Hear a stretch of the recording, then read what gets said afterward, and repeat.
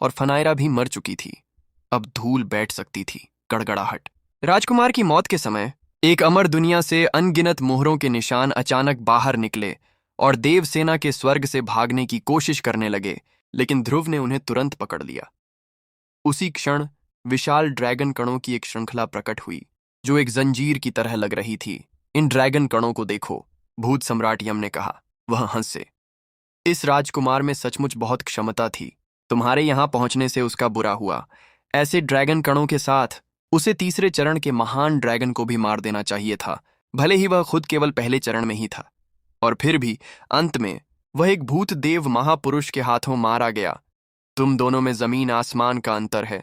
उसके पास अमर कवच भी था, ध्रुव ने कहा। दुर्भाग्य से एक बार जब मैंने गॉड लीजन पैराडाइज का गठन कर लिया तो उसका विनाश हो गया, और 18 महान ड्रैगन के ड्रैगन कणों का तो कहना ही क्या। वह बहुत घमंडी था। अगर उसने उन सबके साथ मुझ पर एक साथ हमला किया होता तो शायद मुझे मार ही डालता। ध्रुव बिल्कुल सही था। 18 महान ड्रैगन को मारने के बाद ही वह आखिरकार उस मुकाम पर पहुंचा था जहां वह लड़ाई में जीत सकता था। ड्रैगन कणों के बिना ध्रुव बिना किसी संदेह के निम्न स्थिति में होता। हालांकि राजकुमार उस तरह का इंसान था जो ध्रुव को अकेले मारना अपनी शान के खिलाफ समझता था। वह चाहता था कि ध्रुव को अपमानित किया जाए, और शायद उसे यह भी देखना पड़े कि उसके सभी दोस्तों और परिवार का कत्ल हो रहा है। अंततः यह सब एक सपना ही था, एक झूठा सपना। वूश! जैसे ही ड्रैगन कणों की जंजीर गॉड लीजन पैराडाइज का हिस्सा बन गई, राजकुमार के अवशेषों से कुछ चमकीला और जगमगाता हुआ पदार्थ ऊपर उठा।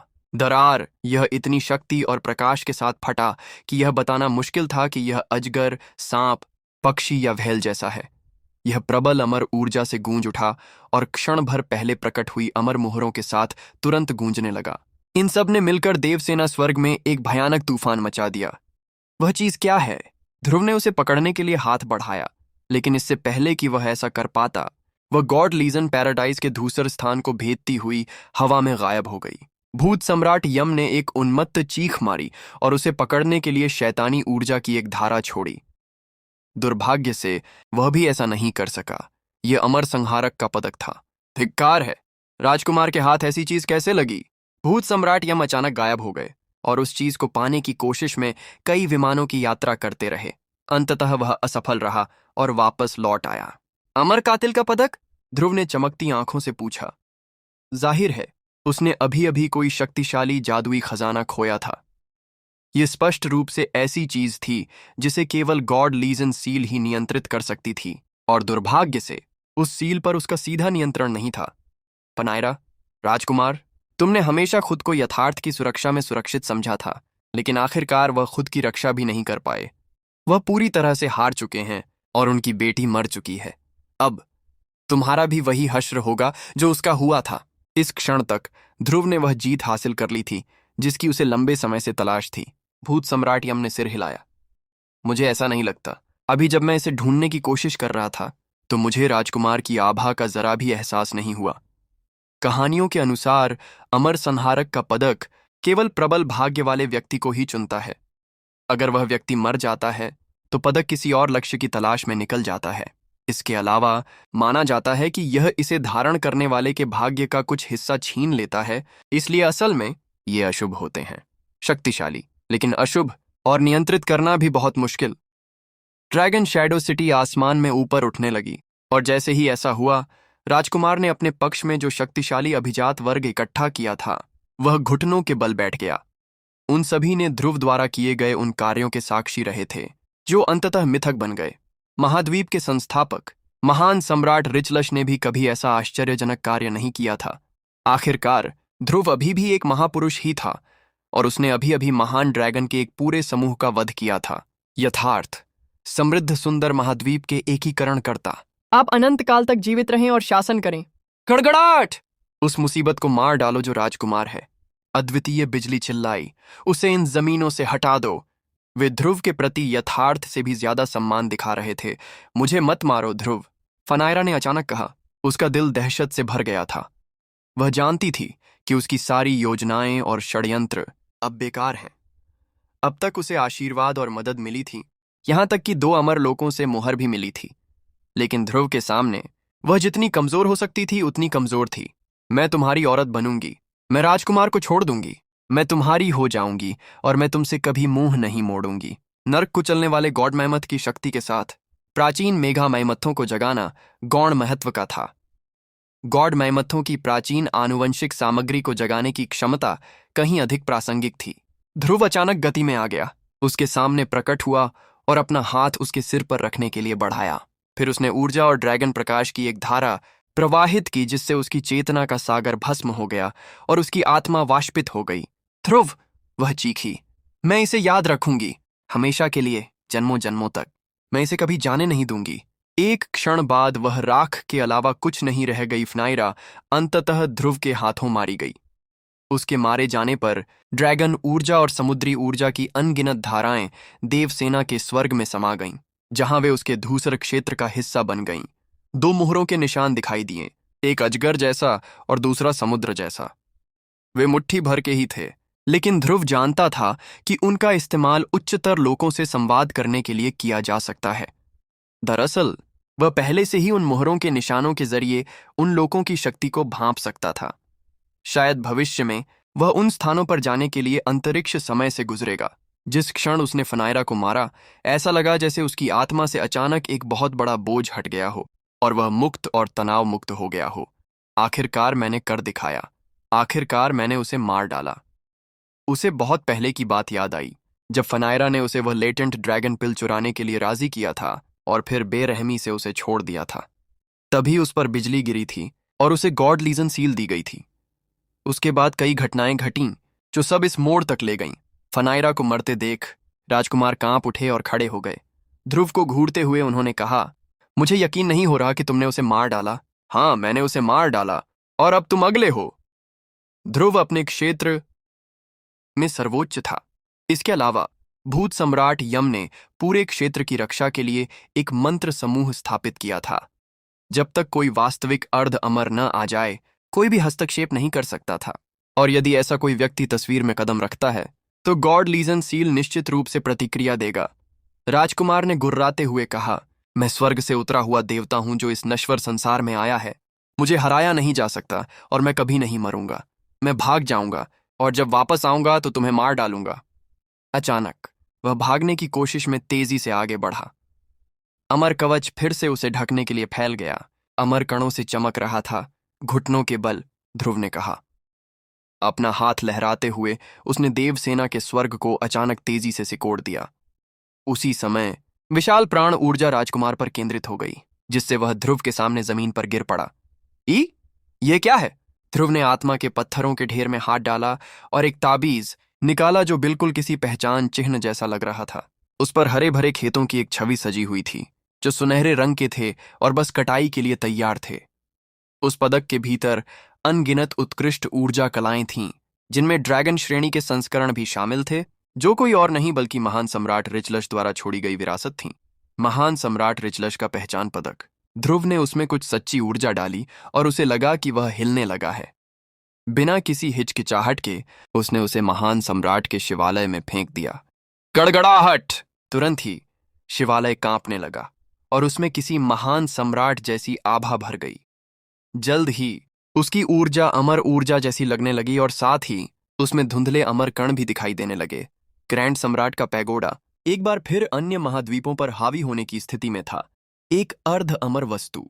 भूत सम्राट यम ने कहा, किसने सोचा होगा कि महान सम्राट रिचलश सचमुच उस स्तर तक पहुंच गए होंगे। ध्रुव, अब जब तुम्हें उनकी विरासत मिल गई है तो यह पूरा महाद्वीप तुम्हारा है। राजकुमार की हत्या करके ध्रुव ने वास्तव में महान सम्राट रिचलश का पद प्राप्त कर लिया था। बेशक यह महाद्वीप मेरा है और मैं इसकी रक्षा करना चाहता हूं।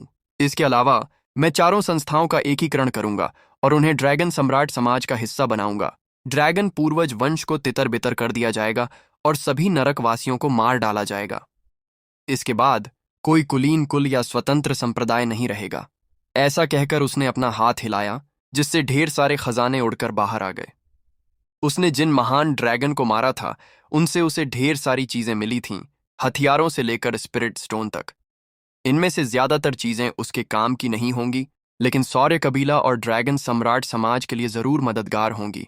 कम से कम उसके पिता तेजी से आगे बढ़ेंगे और उन्हें लीजेंडरी स्तर तक पहुंचने में कोई परेशानी नहीं होगी। और उसके सभी भाई बहन अपनी बाधाओं को पार कर सकेंगे और अपने समाज के लिए जरूरी शक्तिशाली नेता बन सकेंगे। ध्रुव, तुम्हें पता है, भूत सम्राट यम ने कहा, अचानक मेरे मन में आया कि इस समृद्ध सुंदर महाद्वीप में एकमात्र महान ड्रैगन बंगिश है। अगर तुम चले गए तो हम बहुत खतरनाक स्थिति में आ जाएंगे। एक भी शक्तिशाली आक्रमणकारी पूरे महाद्वीप का अंत कर सकता है। ये मत भूलना कि क्वेकडॉन महाद्वीप हम पर नजर गड़ाए हुए हैं। मैं इसका ध्यान रखूंगा। सबसे पहले मुझे महाद्वीप के सभी संगठनों को एक शक्तिशाली सेना में एकीकृत करना होगा। हाथ हिलाते हुए उसने बंगिश को ड्रैगन शैडो सिटी से बाहर खींचकर अपने सामने ला लिया। चांसलर बंगिश, मेरे पास आपके लिए एक काम है। मुझे यकीन है कि आप इसे आसानी से पूरा कर लेंगे। जी हाँ श्रीमान, चापलता दिखाते हुए चांसलर सनमून ने बिना किसी अहंकार के जवाब दिया। ध्रुव ने अभी अभी 18 महान ड्रैगन युवराज और फ्नायरा को मार गिराया था। उसने चांसलर डेमी इमोर्टल को भी बुरी तरह घायल कर दिया था। इस लड़ाई का अंत एक स्पष्ट हार के रूप में हुआ, जिससे यह सब देखने वाले सभी लोगों के दिलों में गहरा सदमा बैठ गया। ड्रैगन शैडो शहर के आसपास अनगिनत कुलीन ऊर्जा कलाकार, प्रसिद्ध कबीलों के सदस्य और पूर्व ड्रैगन पूर्वज राजवंश के शाही राजकुमार थे। वे सभी इस विचार से कांप रहे थे कि ध्रुव उन सबको मार सकता है। कुलपति ध्रुव, हमें उस नीच युवराज के आदेशों का पालन करने के अलावा कोई चारा नहीं था। कृपया हमें मत मारिए। एकत्रित हुए राजकुमार, ड्यूक और अन्य अधिकारी यही कह रहे थे। राजकुमार वही, कृपया आगे आइए, ध्रुव ने शांत होकर कहा। आपके सम्राट ने मुझे मारने की कोशिश करने के लिए स्वेच्छा से युवराज का साथ दिया। मैंने अंत में उन्हें मार डाला। आपने स्वयं उनकी जिद का नतीजा देखा है। हालांकि राजकुमार वही, मैं आपकी मदद को कभी नहीं भूलूंगा। तो जो बीत गया सो बीत गया, उसे भूल क्यों न जाएं? ड्रैगन पूर्वज राजवंश अब नहीं रहा, लेकिन मैं आपको ब्लैंक डिफाइड सम्राट समाज में शामिल होने के लिए आमंत्रित करता हूं। महाद्वीप को एकजुट करने के मेरे प्रयास में मेरा साथ दें और हम वर्षों से चले आ रहे खून खराबे और युद्ध से बच सकते हैं। साथ मिलकर हम इस महाद्वीप को साधना के लिए एक सच्ची पवित्र भूमि में बदल सकते हैं। इसके अलावा मैं पश्चिमी महाद्वीप पर कब्जा करने के लिए सेना भेजने की योजना बना रहा हूं। वहां के 6 महान ड्रैगन पहले ही मर चुके हैं और उनकी भूमि नेतृत्वहीन हो गई है। उनके आत्मिक पत्थर अब लेने के लिए तैयार हैं। राजकुमार वही तुरंत घुटनों के बल झुक गए और सम्मान में सिर झुकाकर प्रणाम किया। कुलपति ध्रुव, हम आपके हर आदेश का पालन करने के लिए पूरी तरह से तैयार हैं। तभी एक अर्ध ड्रैगन आगे आए। कुलपति ध्रुव, मेरे कबीले के एक शिष्य बीरांगर ने एक बार आपकी गरिमा का अपमान करने का साहस किया था। हम उसके माता पिता और उसके कबीले के सभी लोगों को पहले ही मार चुके हैं। वह कोई और नहीं बल्कि गू कबीले का कुल स्वामी था और उसके हाथ में 2 सिर थे, दोनों से खून टपक रहा था। वे बीरांगर के माता पिता थे जिन्हें कुल स्वामी ने ध्रुव को बलि चढ़ाने के लिए मार डाला था, इस उम्मीद में कि वह उनके कबीले को छोड़ देगा। मैं समझ गया, ध्रुव ने कहा। हाथ हिलाते हुए उसने कटे हुए सिरों को राख में बदल दिया। अगर ऐसा हुआ तो मैं तुम्हारे गू कबीले को छोड़ दूंगा और तुम्हारी दौलत लूटने और तुम्हारे आखिरी सदस्य तक को मार डालने की अपनी योजना रद्द कर दूंगा। राहत की सांस लेते हुए कुलगुरु गू ने कहा। कुलपति ध्रुव, आपकी उदारता के लिए बहुत बहुत धन्यवाद। आपकी महिमा पूरे समृद्ध हरे भरे महाद्वीप पर सूर्य की तरह चमके। पॉन्टिफिक्स फ्लेम और हाउस लॉर्ड स्प्रिंग ऑन्टम इतने उत्साहित थे कि कांप रहे थे। आखिरकार उनके बेटे ध्रुव के भाई थे और जाहिर है इसका मतलब था कि भविष्य में उन्हें बहुत फायदा होगा। क्या आपको यकीन है कि यह हो रहा है? अब से हमारी संभावनाएं असीम हैं। देवांकर जोर से हंस रहा था, जैसा कि कई अन्य लोग भी कर रहे थे जिन्होंने ध्रुव का अनुसरण करने का विकल्प चुना था। उन सभी को पता था कि उन्होंने इस संघर्ष में सही पक्ष चुना था और परिणाम स्वरूप उनका भविष्य उज्ज्वल था। पॉन्टिफिक्स फ्लेम, हाउस लॉर्ड स्प्रिंग ऑन्टम, आगे बढ़ो। दोनों तुरंत सामने आ गए। अपना हाथ हिलाते हुए ध्रुव ने उन्हें ढेर सारे आत्मिक पत्थर भेजे। मैं तुम्हें संप्रभु श्रेणी के आत्मिक पत्थरों के साथ साथ कुछ ड्रैगन श्रेणी के पत्थर भी देता हूं। अब से तुम ब्लैंक डिफाइड सम्राट समाज के सदस्य हो और तुम्हें हमारे महाद्वीप को एक समृद्ध राष्ट्र में बदलने का काम सौंपा गया है। जी सर, उन्होंने जवाब दिया। तुम्हारा पहला मिशन सभी कबीलों और संप्रदायों को ब्लैंक डिफाइड सम्राट समाज में समाहित करना होगा और मैं तुम्हें यह अधिकार देता हूं कि जो कोई भी इसका पालन करने से मना करे उसे मार डालो। देवांकर, यहां सूर्य चंद्र संस्थान को पश्चिमी महाद्वीप ले जाओ। उनसे उनके आत्मिक रत्न और धन, जिसमें आकाश स्वर्ग राजवंश के भंडार भी शामिल हैं, छीन लो और सब कुछ यहाँ ड्रैगन सम्राट नगर में ले आओ। चांसलर सनमून, तुम उन्हें सहायता प्रदान करो। चूंकि पश्चिमी महाद्वीप में अब कोई महान ड्रैगन नहीं है, इसलिए तुम वहां अनिवार्य रूप से अजेय हो जाओगे। चांसलर सनमून थोड़ा हिचकिचाते हुए दिखे। लेकिन पश्चिमी महाद्वीप पर हैंगिंग माउंटेन का नियंत्रण है और हैंगिंग माउंटेन कई अन्य ग्रहों पर शासन करता है। चूंकि पश्चिमी महाद्वीप के सभी महान ड्रैगन मारे जा चुके हैं, इसलिए वे निश्चित रूप से और भी भेजेंगे। हम ठीक रहेंगे। भूत सम्राट यम भी यहाँ पहरा देने के लिए मौजूद हैं। अगर हैंगिंग माउंटेन और महान ड्रैगन को भेजता है तो तुम दोनों उन्हें मार डालो। इसके अलावा मैं खुद भी जल्द ही हैंगिंग माउंटेन जा रहा हूँ। मुझे क्वेकडॉन कैथेड्रल से भी निपटना है, क्योंकि उनके एक सदस्य ने मुझे मारने की कोशिश की थी। क्वेकडॉन कैथेड्रल से लड़ाई करना शायद सबसे अच्छा कदम न हो। ध्रुव, भूत सम्राट यम ने कहा, तुम्हें सावधान रहना होगा। वहां के पुराने लोग शायद अर्ध अमर स्तर के करीब होंगे और तुम कोई महान ड्रैगन भी नहीं हो। ज्यादा से ज्यादा तुम निम्न स्तर के महान ड्रैगन से लड़ाई में निपट सकते हो, लेकिन उससे ज्यादा और तुम मारे जाओगे। मैं जल्द ही एक महान ड्रैगन बन जाऊंगा, ध्रुव ने हल्की मुस्कान के साथ कहा। महान ड्रैगन स्तर का प्रत्येक चरण पिछले चरण से अधिक कठिन है। तुम्हारे सामने एक कठिन रास्ता है। जल्दबाजी न करें, वरना आप खुद को मार डालेंगे और फिर उस तकनीक को प्राप्त करने की मेरी सारी उम्मीदें टूट जाएंगी। मैं न तो किसी स्वर्गीय विपत्ति से मरूंगा, न ही किसी शत्रु के हाथों, इसलिए धैर्य रखें। अपने शपथबद्ध भाई बहनों की ओर मुड़ते हुए उन्होंने कहा, बहुत अच्छा, महाद्वीप को एकजुट करने का समय आ गया है। भाइयों बहनों, आइए, मैं आपको ब्लैंक्टिफाइड सम्राट सोसाइटी के महान ज्येष्ठों की संस्थापक संसद नियुक्त करता हूं। अब आपके पास महाद्वीप के सभी मामलों की देखरेख करने का अधिकार है। हाँ भाई, उसके शपथबद्ध भाई बहन खड़े होकर उसकी बात मान गए। इसमें कोई संदेह नहीं था कि उस समय वे ध्रुव के सबसे महत्वपूर्ण सहयोगी थे। उन्होंने उसके साथ जीने मरने की कसम खाई थी, इसलिए उसे उनकी वफादारी पर सवाल उठाने की जरूरत नहीं थी। एक पल में मैं तुम्हारे साधना आधार को मजबूत करूंगा और तुम्हें और भी मजबूत बनाऊंगा। आओ, तुम सब मेरे देवसेना स्वर्ग में प्रवेश करो। ऐसा करते समय वे पवित्र प्रकाश से घिर गए, जिसने उनके भीतर की अशुद्धियों को बाहर निकाल दिया और उनके मन को शांत किया। बिना किसी हिचकिचाहट के ध्रुव ने उनमें ड्रैगन श्रेणी के आत्मिक पत्थर डाल दिए, जिससे उनकी ऊर्जा का सागर शक्ति से भर गया।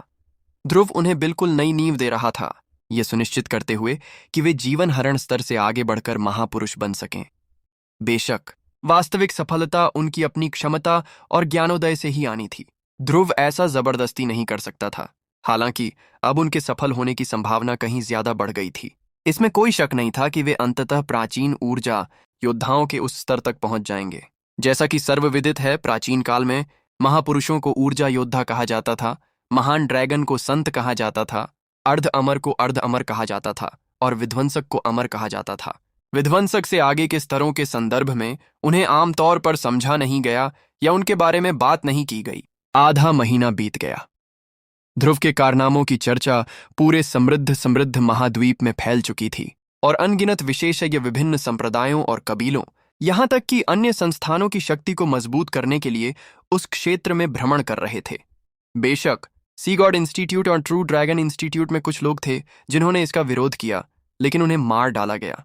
थोड़े समय के लिए समृद्ध हरे भरे महाद्वीप पर मौत और नरसंहार की बारिश हुई। युवराज सोसाइटी के कई पूर्व सदस्यों को मार दिया गया तथा अनगिनत विद्रोहियों को कैद कर लिया गया तथा जादुई तरीके से उन्हें सील कर दिया गया। आधे महीने बाद स्थिति स्थिर हो गई, यह देखते हुए कि अर्ध अमर संस्थान और पूर्वज राजवंश की राजधानी समृद्ध महाद्वीप के बिल्कुल मध्य में स्थित थी, जहां आत्मिक ऊर्जा सबसे अधिक प्रचुर मात्रा में थी। ध्रुव के लिए ड्रैगन सम्राट नगर को वहां स्थानांतरित करना उचित ही था। इस परिवर्तन के अनुरूप भूभाग को आवश्यकतानुसार समायोजित किया गया। साथ ही महाद्वीप के नीचे आदिम अराजकता पूरा ऊर्जा में अंतरिक्ष समय वर्महोल स्थापित किए गए, जिससे अमर विमानों से ऊर्जा प्राप्त करना संभव हुआ, जिससे नगर और भी मजबूत हुआ।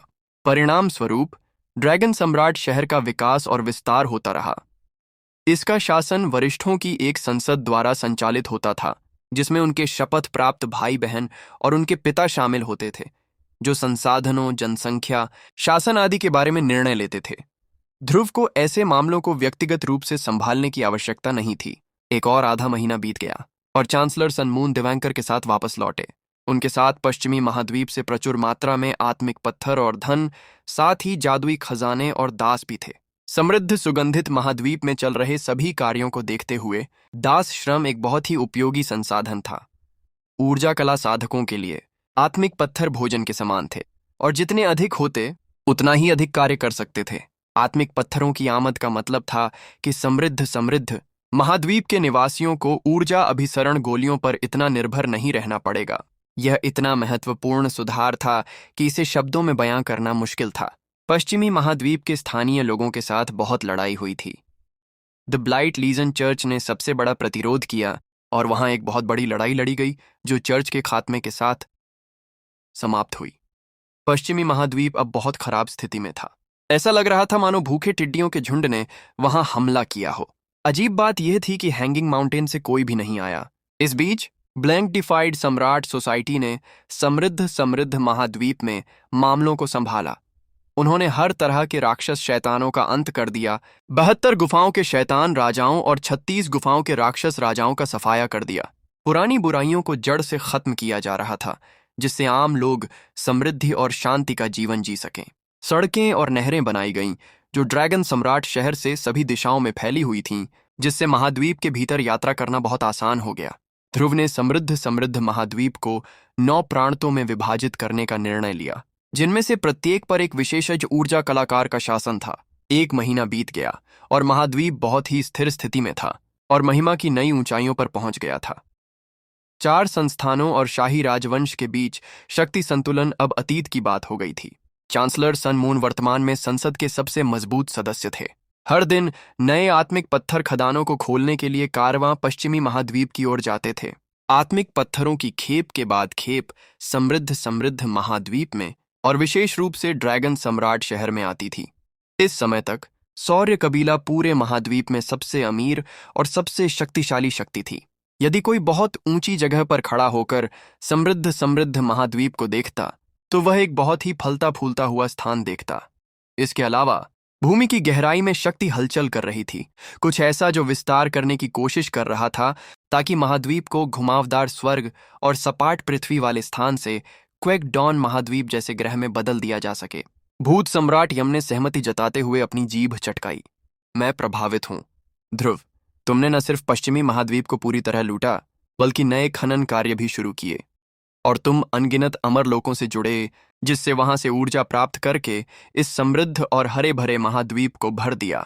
पर्याप्त समय बीतने और पर्याप्त ऊर्जा जमा होने के बाद तुम इस जगह को सपाट धरती और घुमावदार स्वर्ग से बदलकर एक ग्रह बना सकोगे। ये वाकई कमाल होगा। महासम्राट रिच लश भी ऐसा कुछ नहीं कर पाए। उन्होंने ऐसा करने के लिए जी जान से मेहनत की, इस उम्मीद में कि इससे उत्पन्न होने वाली शक्ति का उपयोग करके वे स्वयं को अर्धअमर स्तर तक पहुंचा सकेंगे। अंततः वे असफल रहे, मुख्यतः इसलिए क्योंकि उन्हें प्लेनर पर्ल में स्थित ड्रैगन आत्माओं का अनुमोदन कभी प्राप्त नहीं हुआ। ध्रुव ने अपनी आंखें बंद कर लीं और अपनी सच्ची ऊर्जा का उपयोग करके अपनी दृष्टि को समृद्ध हरे भरे महाद्वीप के दूसरे क्षेत्र से परे बाह्य अंतरिक्ष में भेज दिया। उस सुविधाजनक स्थान से वह ड्रैगन सम्राट शहर और उसके चारों ओर के स्थानिक निर्देशांकों को देख सकता था, साथ ही अमर मोहरों के चिन्हों को भी देख सकता था जो महाद्वीप को अमर विमानों से जोड़ते थे और असीम महत्वपूर्ण ऊर्जा को उसमें प्रवेश करने की अनुमति देते थे। अस्तित्व के सभी विभिन्न स्तरों में वक्राकार आकाश और छपट्टी पृथ्वी वाले स्थान सबसे निम्न प्रकार के थे।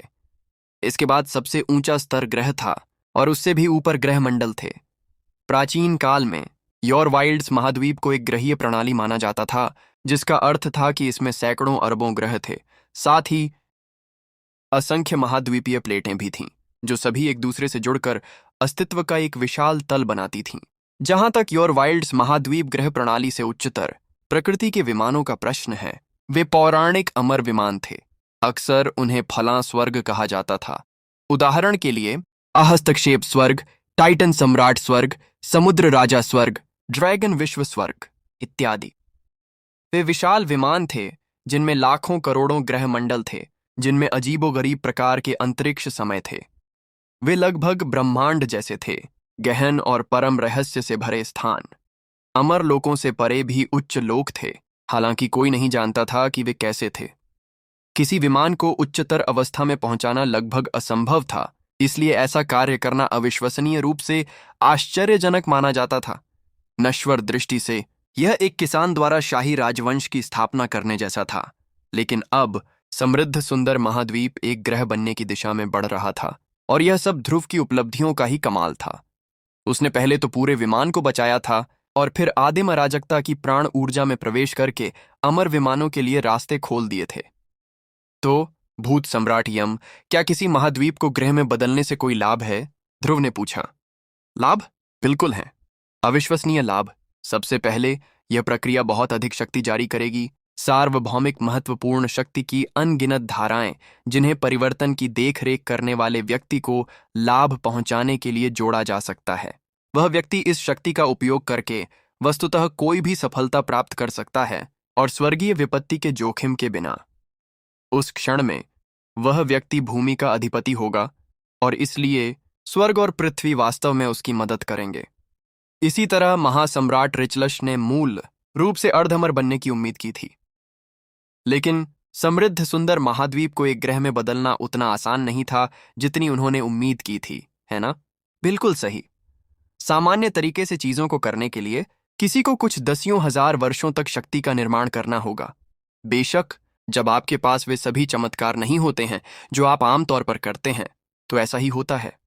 उदाहरण के लिए, आपके वर्तमान साधना आधार को देखते हुए आप बिना किसी समस्या के पहले ही दसियों हजार वर्षों तक जीवित रह सकते हैं। यहां तक कि साधारण कभी न मरने वाले दिग्गजों भी 10,000 से अधिक वर्षों तक जीवित रह सकते हैं, और साधारण महान ड्रैगन भी दसियों हजार वर्षों तक जीवित रह सकते हैं। आपकी साधना की गति को देखते हुए मेरा मानना है कि आपके लिए कुछ दसियों हजार वर्षों में एक उच्च स्तरीय महान ड्रैगन बनना बिल्कुल भी मुश्किल नहीं होगा। तब तक आप समृद्ध सुंदर महाद्वीप के एक ग्रह में बदलने का उपयोग आपको अर्ध अमर स्तर में धकेलने के लिए कर सकते हैं। आप जानते हैं, ये एक ऐसा स्तर है जिसका ज्यादातर लोग केवल सपना देखते हैं, और इसे केवल कुछ दसियों हजार वर्षों में प्राप्त कर पाना वास्तव में चमत्कारी है। दसियों हजार साल? ध्रुव ने सिर हिलाया। दुर्भाग्य से मेरे पास इतनी लंबी योजना बनाने का विलासिता नहीं है। मुझे जल्द ही एक महान ड्रैगन बनने की जरूरत है, नहीं तो मैं मारा जाऊंगा।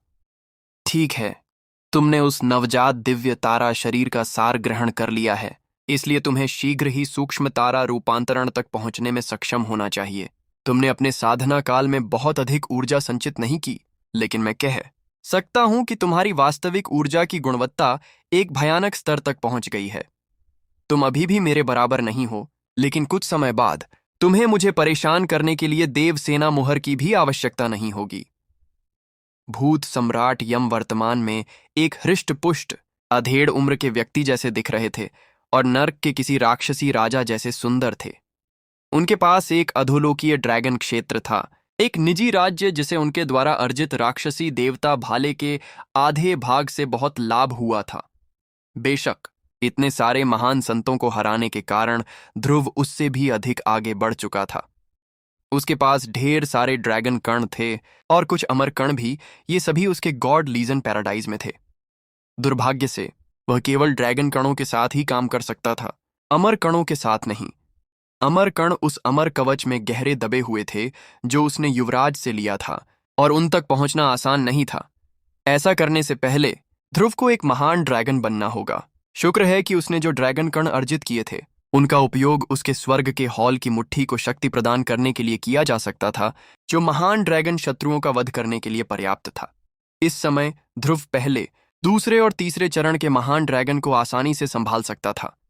आखिरकार क्वेकटॉन महाद्वीप के 9 महान ड्रैगन में से केवल एक ही तीसरे चरण में था, और स्वर्ग के गलियारों की मुट्ठी ने उसे लगभग तुरंत ही नष्ट कर दिया था।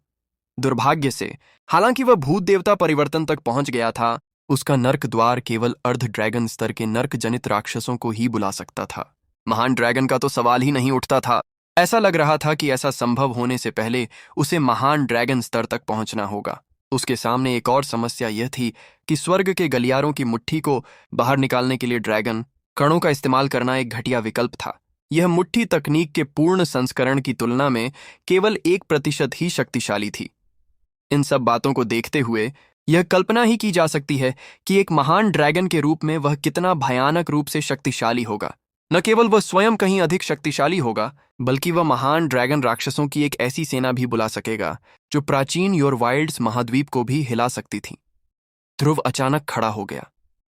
भूत सम्राट यम, मैं हैंगिंग माउंटेन की यात्रा पर जा रहा हूं और मैं नहीं चाहता कि आप मेरे साथ चलें।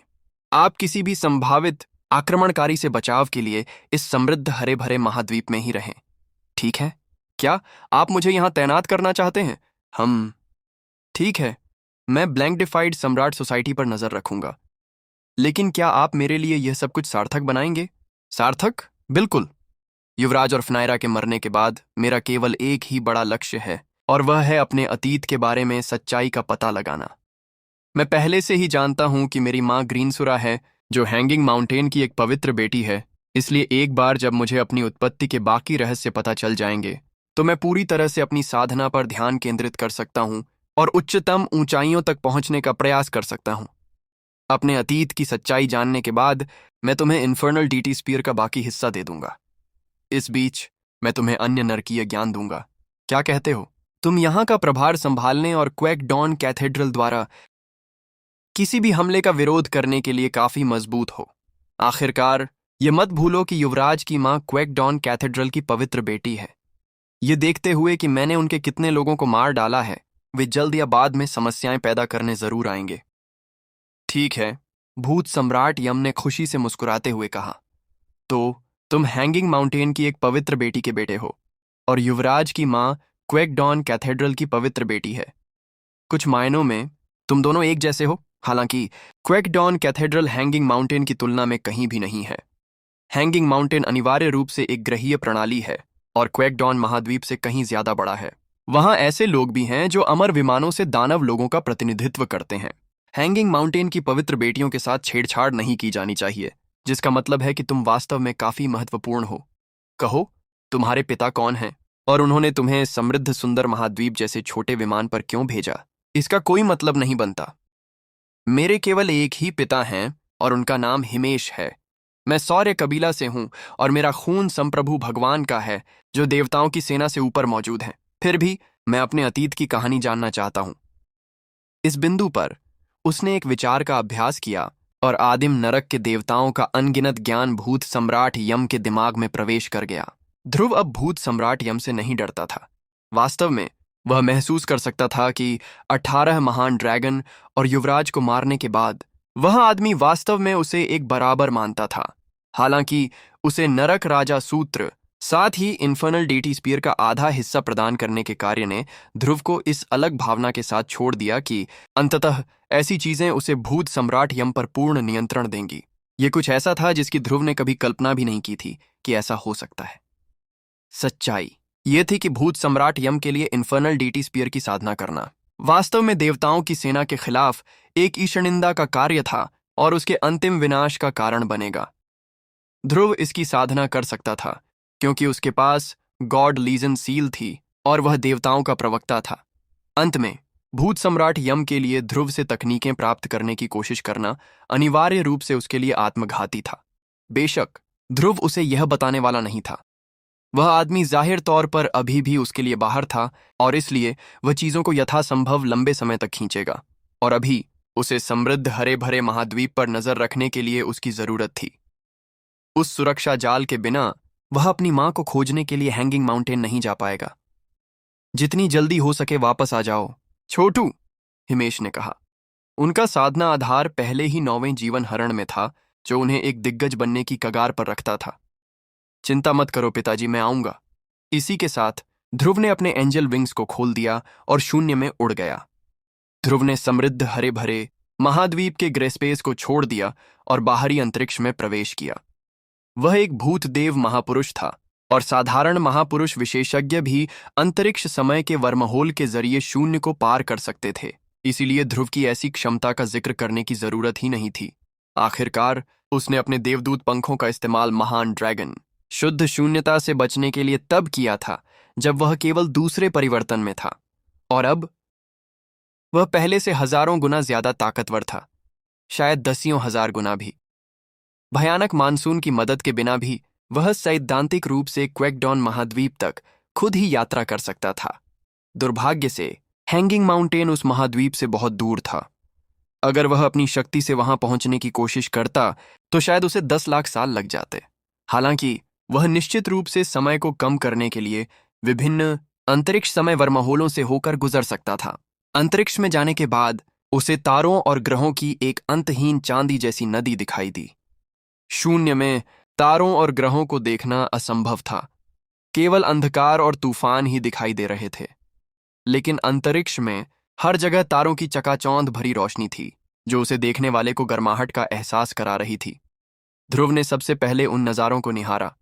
अंतरिक्ष में देखते हुए उसने चांदी जैसी नदी देखी और ब्रह्मांड, अस्तित्व के स्तरों, शून्य और ऐसी ही अन्य चीजों के बारे में सोचने लगा। उसने प्रभु की आंख भी खोली और उस अनंत अंधकार और प्रकाश के बीच के अंतर को और भी स्पष्ट रूप से देख सका जो अस्तित्व में था। एक उज्ज्वल ब्रह्मांड था जो बाह्य अंतरिक्ष था। उसके भीतर अनगिनत ग्रह, ग्रहमंडल, महाद्वीप थे और एक अंधकारमय ब्रह्मांड था जो शून्य था, अंधकार से भरा हुआ और बिना किसी प्रकाश के। दोनों ब्रह्मांड एक दूसरे को काटते नहीं थे, हालांकि वे वर्महोल से जुड़े हुए थे जो बिल खोदने वाले आर्कियन गॉडवर्म द्वारा छोड़े गए मार्गों जैसे थे। कोई भी व्यक्ति अंधेरे शून्य में प्रवेश कर सकता है और लंबी दूरी तक छलांग लगाकर बाह्य अंतरिक्ष में अन्य स्थानों पर पहुंच सकता है। हालांकि ऐसा करने के लिए भारी मात्रा में शक्ति की आवश्यकता थी।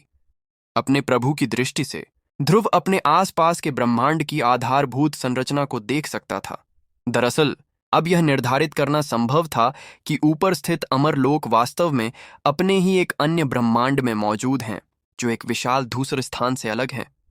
इस ब्रह्मांड में समृद्ध रसीला महाद्वीप धूल के एक कण जैसा था, जो जरा से भी उतार चढ़ाव से उड़ सकता था।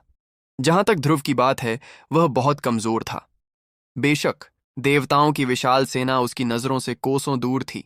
यह कहना मुश्किल था कि क्यों, हालांकि वह अनगिनत अमरलोकों को महसूस कर सकता था, लेकिन उसे इस बात का जरा भी अंदाजा नहीं था कि देवताओं की सेना किस लोक में रहती है। वह स्वर्ग की इच्छा, या यूं कहें कि स्वर्ग की असंख्य इच्छाओं को भांप सकता था। फिर भी वह उस शक्तिशाली सत्ता को नहीं भांप सकता था जिसने ऊपर स्वर्ग का निर्माण किया था। बाहर देखते हुए ध्रुव तारों से भरा आकाश देख सकता था, जिसके बारे में उसे पता था कि वह कभी योर वाइल्ड्स महाद्वीप का हिस्सा था।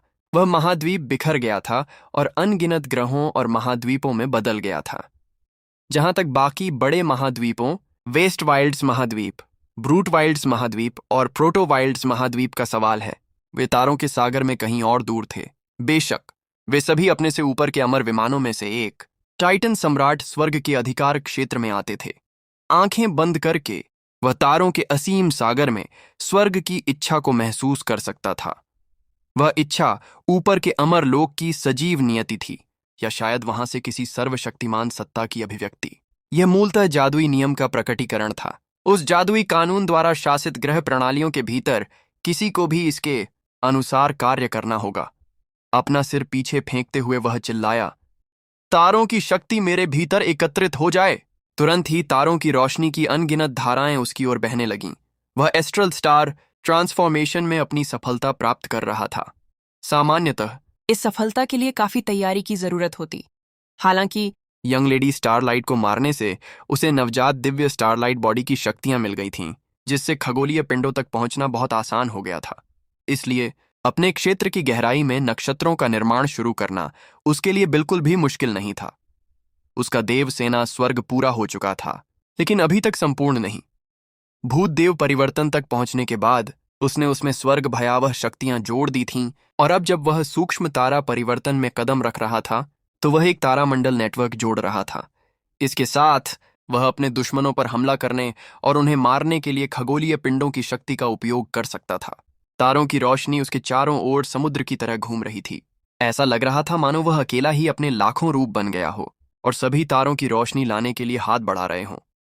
जैसे ही तारों की रोशनी गॉड लीजन पैराडाइज में पहुंची, वह धूसर स्थान के साथ विलीन हो गई, जिससे उसके भीतर अनगिनत तारे चमकने लगे। यह एक रहस्यमय और गहन प्रकृति का तारामंडलीय जाल था, जो धनु, मीन, वृश्चिक और अन्य नक्षत्रों से भरा हुआ था। परिणाम स्वरूप गॉड लीजन पैराडाइज और भी विशाल और शक्तिशाली हो गया, और उस प्रकार की शक्तिशाली आभा से भर गया जो किसी ब्रह्मांड के प्रारंभिक क्षणों में विद्यमान रही होगी। ध्रुव स्वर्ग के दांव, सृष्टि के चमत्कार, तारों के रहस्यों और स्वर्ग व पृथ्वी की शक्तिशाली आधारभूत संरचना के साथ अपने जुड़ाव में पूरी तरह डूबा हुआ था। अचानक उसे एहसास हुआ कि जिस शक्तिशाली आधारभूत संरचना को वह महसूस कर रहा था, वह अनगिनत छोटे छोटे कणों से बनी थी। और उन्होंने यह भी महसूस किया कि यदि वह अपनी साधना को एक निश्चित स्तर तक बढ़ा सकें, तो वे तारों के प्रकाश की तरह असंख्य कणों में बिखर सकते हैं, जिनमें से प्रत्येक स्वतंत्र और शाश्वत अविनाशी होगा। वह बस एस्ट्रल स्टार ट्रांसफॉर्मेशन में कदम रखने ही वाला था। और फिर भी उस क्षण में जब वह स्वर्ग के दांव में डूबा हुआ था, शून्य से तलवार की रोशनी की एक चमकदार किरण निकली। तलवार की रोशनी में कुछ ऐसा अविश्वसनीय रूप से गहरा था जो स्वर्ग और पृथ्वी को अलग कर सकता था, और इसने ध्रुव का स्वर्ग के दांव से संबंध तुरंत तोड़ दिया। यह किसी विशेष चाल का नहीं, बल्कि तलवार की विशुद्ध शक्ति का परिणाम था। ध्रुव ने देखा, उसके आसपास की तारों की रोशनी फीकी पड़ गई। उसकी जगह तलवार की रोशनी ने ले ली, जो उसकी आत्मा में गहराई तक चुभने में सक्षम लग रही थी। वह बिजली से भी कहीं ज्यादा तेज थी और बिना किसी आवाज के अपने रास्ते में आने वाली हर चीज को चीर फाड़ रही थी। यह एक गुप्त हमला था। इससे बचने का या किसी तरह टेलीपोर्ट होने का भी समय नहीं था। इससे भी बुरी बात यह थी कि तलवार की रोशनी मानो उसकी आत्मा पर अटकी हुई थी और उसे अपने में समाहित करने की तैयारी में थी। दरअसल प्रकाश के भीतर एक छोटा सा काला धब्बा था, जो और कुछ नहीं बल्कि प्राण ऊर्जा का एक ब्लैक होल था। अति उत्तम रक्षा, ध्रुव ने बिना सोचे समझे कहा। जैसे जैसे देवसेना का स्वर्ग फैला, ड्रैगन प्रकाश उमड़ पड़ा और दूसरा स्थान कछुए के खोल जैसे आपस में जुड़े क्रिस्टलों के पैटर्न के साथ फैल गया। जब तलवार ने ग्रे स्पेस पर प्रहार किया तो डोमेन कांप उठा, लेकिन टूटा नहीं। मुझ पर कौन घात लगाए बैठा है? ध्रुव ने फिर से अपना प्रभु नेत्र खोला और बाहर देखा तो शून्य में एक विशालकाय आकृति छिपी हुई थी। कम से कम ये शत्रु एक महान ड्रैगन तो था, और अगर उसकी उत्कृष्ट रक्षा न होती तो शायद अभी उसकी हत्या कर दी गई होती। गड़गड़ाहट। ध्रुव ने स्वर्ग के गलियारों की मुट्ठी छोड़ी, जिससे अंतरिक्ष शीशे की तरह चकनाचूर होकर धूल में मिल गया। पलक झपकते ही मुट्ठी का वार हजारों किलोमीटर की दूरी तय करके उस छायादार आकृति तक पहुंच गया जिसने अभी अभी उस पर हमला किया था। वह आकृति गति में धुंधली हो गई, अपनी तलवार से ऐसे वार कर रही थी मानो अंतरिक्ष को भेद रही हो। जाहिर है वह जो भी था, अंतरिक्ष के जादुई नियमों पर उसका सर्वोच्च नियंत्रण था। ध्रुव बिना कुछ छिपाए शून्य में कूद पड़ा और लड़ाई में कूद पड़ा। उसके चारों ओर अंतरिक्ष बिखर गया और देवसेना के स्वर्ग ने हर जगह अंतरिक्ष समय के तूफान पैदा कर दिए। धमाका। बिना किसी हिचकिचाहट के ध्रुव ने स्वर्ग के हॉल की मुट्ठी से एक चाल चली। अमर को दफनाओ! उसकी मुट्ठियों से ड्रैगन जैसे दिखने वाले जादुई प्रतीक निकले, जिससे आकाशीय पिंडों से तारों की रोशनी शून्य में प्रवाहित होने लगी। यह ध्रुव के ड्रैगन प्रकाश के साथ विलीन हो गया, जिससे अनेक कब्र पत्थर बन गए, जिनमें से प्रत्येक अमर लोगों को दफनाने के लिए बनाया गया प्रतीत होता था। जब मुक्का तलवारधारी व्यक्ति पर लगा तो एक रक्त जमा देने वाली चीख निकली, जिसके बाद उसने मुंह में खून भर लिया और फिर भागने के लिए मुड़ा। अपने कंधे पर देखते हुए उसने कहा, ध्रुव, तुम बहुत ताकतवर हो। कोई आश्चर्य नहीं कि तुमने युवराज को मार डाला। हालांकि क्वेकडॉन कैथेड्रल तुम्हें यूं ही नहीं छोड़ेगा। तुम और भूत सम्राट यम दोनों ही मरने वाले हो। मैं निंजा वंश का 7वां सबसे ताकतवर हत्यारा हूं। अगली बार कोई और ताकतवर तुम्हारे पीछे आएगा, एक ऐसे महापुरुष के रूप में जो महान ड्रैगन का नाश कर सकता है। तुम कुछ खास हो। हमारा क्वेकडॉन कैथेड्रल तुम्हें पकड़ लेगा और फिर तुम्हारे सारे राज्य उगलवा लेगा।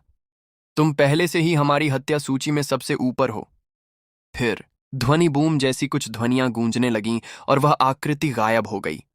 तो बीते कुछ हफ्तों में ही यह खबर क्वेकडॉन कैथेड्रल तक पहुंच चुकी है और उन्होंने बदला लेना शुरू कर दिया है। दुर्भाग्यवश महान ड्रैगन हत्यारा बच निकला था और उसके हमले ने ध्रुव का स्वर्ग के दांव से संबंध तोड़ दिया था, जिसका अर्थ था कि ज्ञान के आगे के स्तर तक पहुंचना कठिन होने वाला था। मैंने शुरू में सोचा था कि मैं एस्ट्रल स्टार ट्रांसफॉर्मेशन को आसानी से पार कर लूंगा और उससे भी ऊंचे स्तर पर पहुंच जाऊंगा। आखिरकार मेरे पास ढेर सारे स्पिरिट स्टोन हैं, लेकिन अब लगता है कि इसमें और समय लगेगा। धिक्कार है, धिक्कार है। खैर, मैं हैंगिंग माउंटेन तक ही जाऊंगा और क्वेकडॉन कॉन्टिनेंट मेरे रास्ते में ही है। शायद मुझे एक नजर डालनी चाहिए और देखना चाहिए कि यह क्वेकडॉन कैथेड्रल असल में कैसा है। ध्रुव के पास सीधे हैंगिंग माउंटेन तक जाने वाले अंतरिक्ष समय वर्महोल तक पहुंच नहीं थी, और इस तरह उसने लंबा रास्ता तय करने और रास्ते में क्वेकडॉन महाद्वीप का दौरा करने का फैसला किया। इसके अलावा यह भी एक मुद्दा था कि कैसे ग्रैंड वाइल्ड्स हवेली ने उसे एक भाड़े के दस्ते का कप्तान नियुक्त किया था, जिसे उन्होंने सीधे यम पर्वत पर भेज दिया था। यह एक ऐसी नाराजगी थी जिसे वह आसानी से दूर करने को तैयार नहीं था। जहां तक वह समझ सकता था, इस सब का सबसे अच्छा तरीका यही होगा कि ग्रैंड वाइल्ड्स मेंशन और क्वेकडॉन कैथेड्रल के बीच टकराव हो और दोनों एक दूसरे को खत्म कर दें। बस सवाल यह था कि ऐसा कैसे किया जाए। ये देखते हुए कि उसने क्वेकडॉन कैथेड्रल को कितनी बुरी तरह से नाराज किया था, यह बस समय की बात थी कि वे रिच लश कॉन्टिनेंट पर पलटवार करें। उसके भाई बहन, उसका परिवार और ब्लैंकडिफाइड सम्राट सोसाइटी, ये सब इस समय उसके लिए सबसे बड़ी कमजोरियां थीं। इसलिए उसे जितनी जल्दी हो सके इस समस्या को जड़ से खत्म करने की जरूरत थी। दुर्भाग्य से क्वेकडॉन कैथेड्रल डेमी इमोर्टल इंस्टीट्यूट नहीं था। यह एक विशाल संगठन था जिसे वह कम नहीं आंक सकता था। एक भी चूक जानलेवा हो सकती थी। आखिरकार वे सैद्धांतिक रूप से भूत सम्राट यम को तो मार ही सकते थे, उसे तो छोड़ ही दीजिए। उनके पास पुराने लोग थे जो इतने ताकतवर थे कि जब तक ध्रुव एक महान ड्रैगन नहीं बन जाता, वे उनसे सीधे तौर पर निपट नहीं सकते थे। उनके तात्कालिक लक्ष्यों के संदर्भ में पहला लक्ष्य अधिक शक्तिशाली बनना था, तथा दूसरा लक्ष्य यह सुनिश्चित करना था कि क्वेकडॉन कैथेड्रल समृद्ध सुगंधित महाद्वीप पर आक्रमण न कर सके। अचानक उसके देवदूत पंख फैल गए और वह अंतरिक्षीय तूफानों में उड़ गया। वह लगातार कई दिनों तक उड़ता रहा। तभी उसे एक विशाल ग्रह दिखाई दिया जो अंतरिक्ष के बीचों बीच लटका हुआ था। वह अनगिनत उपग्रह ग्रहों से घिरा था जो सभी एक विशिष्ट कक्षीय पथ पर गति कर रहे थे। उन सबके बीच के अंधेरे शून्य में अलग अलग आकार और शक्ति के अनगिनत नरक मानसून थे। साथ ही दुष्ट शैतानों के समूह भी थे जो ग्रहों के धूसर अंतरिक्ष पर हमला करते और उनमें प्रवेश करने की कोशिश करते। यह स्थान समृद्ध हरे भरे महाद्वीप से कई गुना बड़ा था। यह क्वेकडॉन महाद्वीप था जहां ध्रुव पहले भी एक बार जा चुका था। उस समय उसे बिल्कुल भी अंदाजा नहीं था कि हैंगिंग माउंटेन कहाँ है। हालांकि क्वेकडॉन महाद्वीप में कई टेलीपोर्टेशन पोर्टल और स्थानिक नेक्सस थे जो उस दिशा में ले जाते थे। पश्चिमी महाद्वीप में कभी टेलीपोर्टेशन पोर्टल और स्थानिक नेक्सस हुआ करते थे, लेकिन ध्रुव ने उन्हें नष्ट करने का आदेश दिया था। वह बिल्कुल नहीं चाहता था कि हैंगिंग माउंटेन या ऐसी ही किसी जगह से दानवों का आक्रमण हो। उसकी योजना थी कि वह चुपके से उस जगह में घुस जाए और अपने अतीत के बारे में जानकारी ढूंढने लगे। इन दुष्ट शैतानों की सेनाओं ने क्वेकडॉन महाद्वीप को पूरी तरह से घेर रखा है। कोई आश्चर्य नहीं कि उन्होंने इस बड़ी लड़ाई के बाद भी इस समृद्ध सुंदर महाद्वीप पर कोई बड़ी सेना नहीं भेजी। ध्रुव अंतरिक्ष में फिसलते हुए दुष्ट शैतानों को पार करते हुए अंततः क्वेकडॉन महाद्वीप की सतह पर पहुंच गया। तुरंत ही वह शक्तिशाली आत्मिक ऊर्जा से घिर गया जो साधना के लिए उत्तम ईंधन थी। बिना किसी हिचकिचाहट के उन्होंने अपनी दिव्य इच्छा को हजारों किलोमीटर तक सभी दिशाओं में फैला दिया। यह उसकी ओर से एक बहुत ही निर्लज्जतापूर्ण कार्य था। महान ड्रैगन भी आमतौर पर अपनी दिव्य इच्छा को अपने क्षेत्र तक ही सीमित रखते हैं। इसे किसी अन्य व्यक्ति के क्षेत्र में भेजना एक उकसावे के रूप में माना जाता और इससे सीधे युद्ध छेड़ सकता था। लेकिन ध्रुव अपनी दिव्य इच्छा को स्वर्ग की इच्छा के साथ मिलाने में सक्षम था और इस तरह भूत सम्राट यम जैसे विशेषज्ञ के अलावा किसी और की नजरों से बच निकला। दुर्भाग्यवश क्वेकडॉन महाद्वीप इतना विशाल था कि उसे वह चीज नहीं मिल सकी जिसकी उसे तलाश थी। यहां से बाहर निकलो, नी चाओ गुआंग। हाथ हिलाकर उसने सम्राट के शिवालय के अंदर से आलसी नी चाओ गुआंग को बुलाया। नी चाओ गुआंग पहले से ही एक उच्च स्तरीय अर्ध ड्रैगन था और जो कुछ भी उसने अनुभव किया था, जिसमें ध्रुव द्वारा अनगिनत महान ड्रैगन का वध होते देखना भी शामिल था, उसे लगा कि उसने एक महत्वपूर्ण सफलता की ओर प्रगति की है। वास्तव में ध्रुव के सभी अनुयायियों में से वह वर्तमान में महान ड्रैगन स्तर तक पहुंचने के सबसे करीब था। हालांकि वह क्वेकडॉन महाद्वीप से था और ध्रुव जानता था कि अगर वह इस समृद्ध सुंदर महाद्वीप में एक महान ड्रैगन बन गया तो उसे नियंत्रित करना मुश्किल होगा। इसलिए उसने उसे महामहिम सम्राट के शिवालय में बंदी बनाकर रखा था, जहां उसे सील कर दिया गया था और वह साधना में कोई प्रगति नहीं कर सकता था।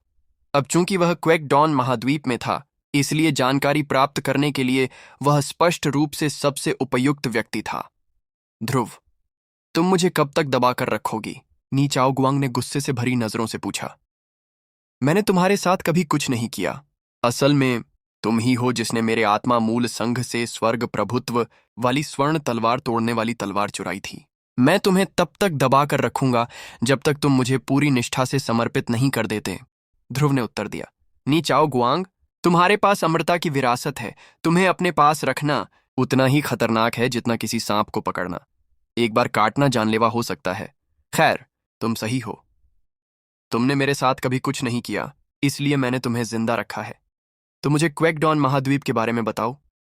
टेलीपोर्टेशन पोर्टल कहाँ है और मैं हैंगिंग माउंटेन तक कैसे पहुंच सकता हूं? ध्रुव से बात करने की हिम्मत न जुटा पाने के कारण निचाओ गुआंग ने एक पल के लिए इधर उधर देखा और फिर कहा, हम मैंड्रेक मैदानों में हैं, जो क्वेकडॉन महाद्वीप के 7 प्रमुख मैदानों में से एक है। यह इलाका बहुत उपजाऊ है और यहाँ भूमिगत संसाधन भी प्रचुर मात्रा में है। इन सब पर क्वेकडॉन कैथेड्रल का कड़ा नियंत्रण है। क्षितिज पर वह शहर दिख रहा है, वह मैंड्रेक है, जहां क्वेकडॉन कैथेड्रल के मैंड्रेक हॉल का मुख्यालय है। मैंड्रेक हॉल लगभग निंजा हॉल जितना ही प्रसिद्ध है और इसमें आपकी कल्पना से भी ज्यादा विशेषज्ञ हैं। यह कई महान ड्रैगन द्वारा संचालित है और विदेशी व्यापार पर केंद्रित है। जहां तक हैंगिंग माउंटेन की बात है, अगर आप वहां जाना चाहते हैं तो बस शहर में जाएं। वहां एक कैथेड्रल है जहां से आप निश्चित रूप से सही निर्देशांक प्राप्त कर सकते हैं। मैं समझ गया। ठीक है, तुम आगे बढ़ो। मैं स्पिरिट ओरिजिन एसोसिएशन के एक शिष्य का वेश धारण करूंगा। ठीक है, मेरा जीवन आपके हाथों में है। निचाओ गुआंग ने ठंडे स्वर में उत्तर दिया। इसलिए आप जो कहेंगे मैं वही करूंगा। इसके साथ ही वे पैदल ही शहर की ओर चल पड़े, यह देखते हुए कि क्वेकडॉन महाद्वीप कितना बड़ा था, यहां तक कि वहां के सबसे छोटे शहर भी समृद्ध सुंदर महाद्वीप की राजधानी से बड़े थे। और यह बताने की कोई आवश्यकता नहीं थी कि मंद्राकोर जैसा विशाल स्थान कितना बड़ा था। शहर के करीब पहुंचने से पहले ही ध्रुव ने जमीन पर फैली विशाल सड़कें देखीं। यहां तक कि जगह जगह टिमटिमाते हुए वर्महोल भी थे। शहर के ऊपर हजारों किलोमीटर तक फैली एक झिलमिलाती ढाल थी, एक विशाल सुरक्षा घेरा जो शहर को घेरे हुए था। शहर में प्रवेश करने की इच्छा रखने वाले किसी भी व्यक्ति को सुरक्षा घेरे में बने विशेष प्रवेश द्वारों से होकर गुजरना पड़ता था, और बेशक इसके लिए उसे कर भी देना पड़ता था। इस लिहाज से यह उन कई शहरों जैसा था जिन्हें ध्रुव ने अतीत में देखा था। यह मंडला वज्र एजिस है, निचाओ गुआंग ने समझाया। यह एक प्रकार की प्राचीन अमर संरचना है जिसे कोई महान ड्रैगन भी भेद नहीं सकता। यह भूमिगत शहर की भी रक्षा करता है। यह एक जादुई खजाने से बना है जो मंद्राकोर का ही एक हिस्सा है। प्राचीन काल में इस क्षेत्र में एक अमर वस्तु टूट गई थी और क्वेकडॉन कैथेड्रल के लोगों ने उसके टुकड़ों को फिर से जोड़कर भूमिगत सुरक्षा रेखाएं बनाई ताकि एक अभेद्य सुरक्षा बनाई जा सके। जब हम वहां से गुजरें तो बहुत बहुत सावधान रहना और ऐसा कुछ भी मत करना जिससे पता चले कि तुम कौन हो, वरना हम दोनों मर जाएंगे। यह निश्चित रूप से एक शक्तिशाली संरचना है, ध्रुव ने सोचा। इस समृद्ध हरे भरे महाद्वीप में मैं शायद आदिम अराजकता की पूरा ऊर्जा का उपयोग करके इसे भेद सकता था, लेकिन यहां नहीं। समृद्ध हरे भरे महाद्वीप में ध्रुव आदिम अराजकता पूरा ऊर्जा, अमर मंत्र रचनाओं और यहां तक कि विमान के ग्रेस्पेस की शक्तियों से भी लाभ उठा सकता था। वह अपनी शक्ति के स्तर से भी दुगुना लाभ प्राप्त कर सकता था, लेकिन यहां उसे ये लाभ नहीं मिले। पूरी सतर्कता बरतते हुए ध्रुव और निचाओ गुआंग शहर के प्रवेश द्वार की ओर बढ़े। पहरेदार दिग्गज थे। शुक्र है कि वे उन लोगों की विस्तृत जांच नहीं कर रहे थे जो शहर में प्रवेश करना चाहते थे। जब तक सर्वोच्च श्रेणी के आत्मिक पत्थरों का कर चुकाया जाता था, वे किसी को भी अंदर जाने देते थे। मंडलाकोर स्पष्ट रूप से एक बहुत ही धनी शहर था जिसमें प्रचुर आत्मिक ऊर्जा थी। हर जगह ऊंची इमारतें खड़ी थीं, जिनमें से कुछ में अपनी छोटी छोटी दुनिया भी थी। सड़कें कुछ प्राचीन कांस्य जैसे धातु से बनी थीं और उन पर धूल का एक कण भी नहीं था। सभी प्रकार के राहगीर थे, जिनमें से सभी के पास प्रचुर सच्ची ऊर्जा थी। मौजूद जीवन हरण करने वाले अपने सिर झुकाकर इधर उधर भाग रहे थे, मानो वे सेवक हों। केवल दिग्गज ही कुछ सम्मान के साथ खुद को ले जाते हुए दिखाई दिए, हालांकि केवल वे ही जिन्होंने कई सफलताएं हासिल की थीं। वे महत्वपूर्ण सरकारी कर्मचारियों या कुलीनता में से थे। कभी कभी एक महान ड्रैगन की प्रचंड आभा को महसूस किया जा सकता था। वे ऐसे लोग थे जिन्हें वे जहां भी जाते थे सार्वभौमिक सम्मान देते थे। बेशक स्थिति समृद्ध हरे भरे महाद्वीप से बहुत अलग थी, जिसमें महान ड्रैगन शायद ही कभी सार्वजनिक रूप से देखे जाते थे। यहां वे कुछ हद तक आम थे। एक निश्चित बिंदु पर निचाओ गुआंग ने आगे एक बहुत ही प्रभावशाली दिखने वाले मंदिर की ओर इशारा किया। वह अल्ट्रा हेवन कैथेड्रल है, जो क्वेकडॉन महाद्वीप में हैंगिंग माउंटेन के सभी व्यवसाय का प्रबंधन करता है और यहाँ के सभी विभिन्न दानव लोगों की देखरेख भी करता है। बहुत सारे दानव राजा और अन्य राक्षस हैं जिनकी वे निगरानी करते हैं। हैंगिंग माउंटेन बहुत महत्वाकांक्षी है। आप जानते हैं, वे क्वेकडॉन महाद्वीप को पुराने पश्चिमी महाद्वीप के एक बड़े संस्करण में बदलना चाहते हैं। अल्ट्रा हेवन कैथेड्रल पूरी तरह से किसी प्रकार के धातु से बना था और इसे एक प्रकार के स्वर्गीय रॉक की तरह दिखने के लिए तैयार किया गया था, जिसमें पंख बहुत डराने वाले अंदाज में फैले हुए थे। ये समझ में आता है क्योंकि इसे हैंगिंग माउंटेन से महान ड्रैगन अल्ट्रा हेवन द्वारा प्रशासित किया गया था। अफवाहों के अनुसार वह वास्तव में एक स्वर्ग रॉक था जो विशाल, बेजोड़ गति प्राप्त करने में सक्षम था, इस हद तक कि वह उंगलियों के स्नैप के रूप में आसानी से अस्तित्व के विमानों के बीच यात्रा कर सकता था। वह महान ड्रैगन श्राउड हेवन से कहीं ज्यादा मशहूर था। उम्मीद है यह अल्ट्रा हेवन कैथेड्रल ध्रुव के हैंगिंग माउंटेन से संपर्क करने और अपनी मां के बारे में जानकारी प्राप्त करने का टिकट था।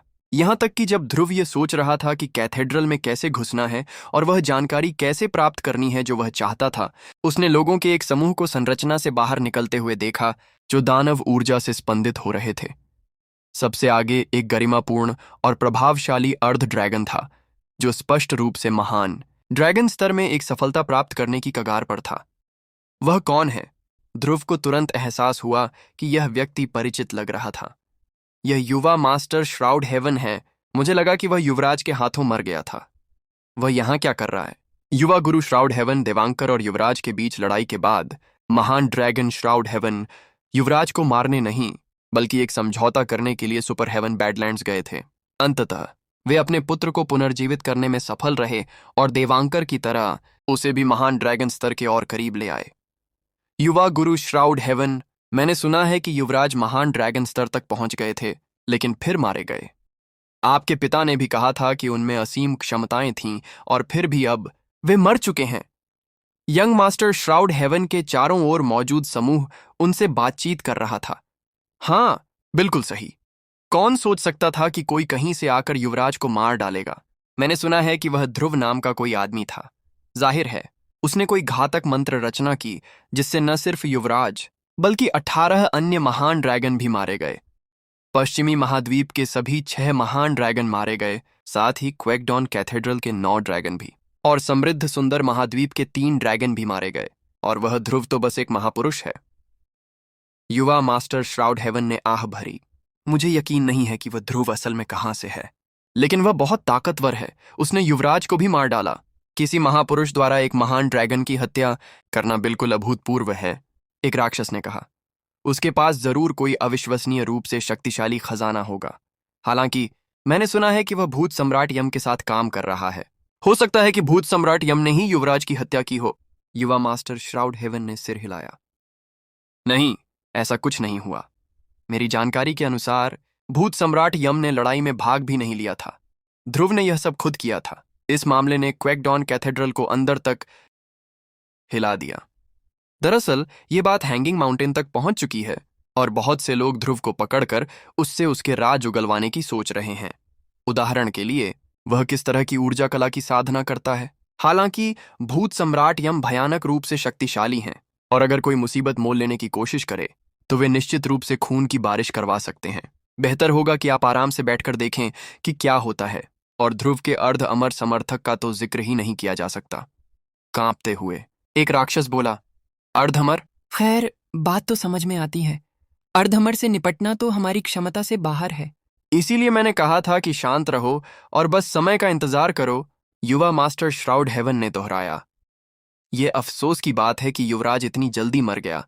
मुझे आश्चर्य है कि क्या कोई उसे पुनर्जीवित करेगा। वह एक ऐसा चालाक व्यक्ति है जिसके पास हमेशा एक बैकअप योजना होती है, इसलिए मुझे आश्चर्य नहीं होगा अगर वह किसी तरह का कोई बीज छोड़ जाए जिससे उसका पुनरुत्थान हो सके।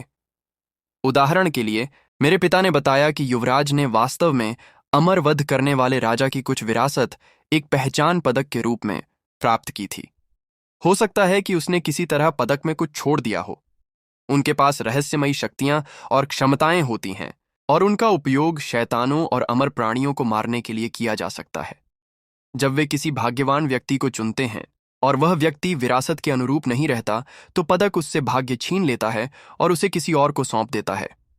आप जानते हैं, मैं कहूंगा कि यह बहुत संभव है कि युवराज के मरने के बाद ध्रुव को वह अमरवध करने वाला पदक मिला हो। राजा अमर हत्यारा, मैंने उसके बारे में कभी नहीं सुना। तुम उसके बारे में सिर्फ पुरानी कहानियों में ही पढ़ोगे। वह अमर लोक से आया था, यानी हम जैसे लोग उसके लिए धूल से ज्यादा कुछ नहीं होंगे।